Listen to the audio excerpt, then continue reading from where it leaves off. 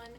My name is Elizabeth Sanchez, though typically the only people who call me Elizabeth are my mom when she's really mad at me, or my boss when he is peeved and he is beckoning me to come help. So, other than Elizabeth, I typically go by Ellie. I just recently moved back to Orlando after living in Seattle for a year. That was a really interesting experience, not seeing the sunlight for about 9 months out of that year. I think that's one of the reasons why I decided to move back to Florida. I liked having a little bit of sunshine in my life. I am an English major, and I love to read. I know that's such a cliche, but it's what I love, it's what I do. I also write as well.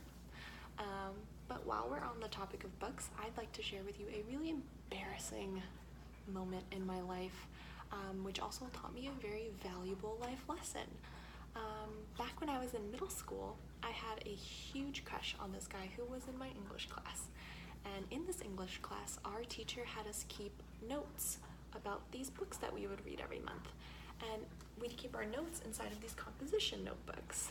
And of course, being a middle schooler who is overloaded with emotions, I also kept a journal that was very similar to my monthly journal for my English class. So, one month,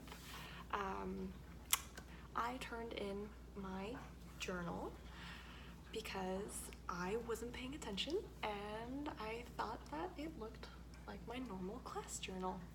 So I turned it in, and I had no idea that I had turned it in until the next morning when my teacher decided to read aloud our entries for the month. So when she got to my entry, she read aloud to the class how I thought Romeo's heroics to be with his love when he thought that she had passed away was so romantic, and I wished my love would do something as heroic or as romantic as what Romeo had done for Juliet, because he thought she had gone. And so luckily I did not write down the name of the person that I had a crush on, because that would have been super embarrassing.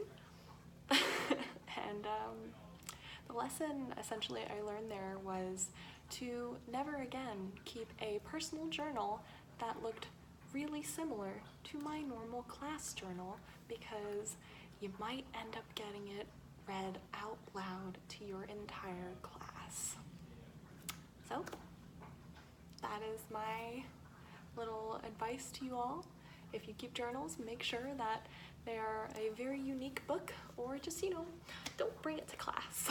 Well, I hope you enjoyed listening to my little embarrassing story, and I cannot wait for the rest of the semester to go on, and I can't wait to meet the rest of you.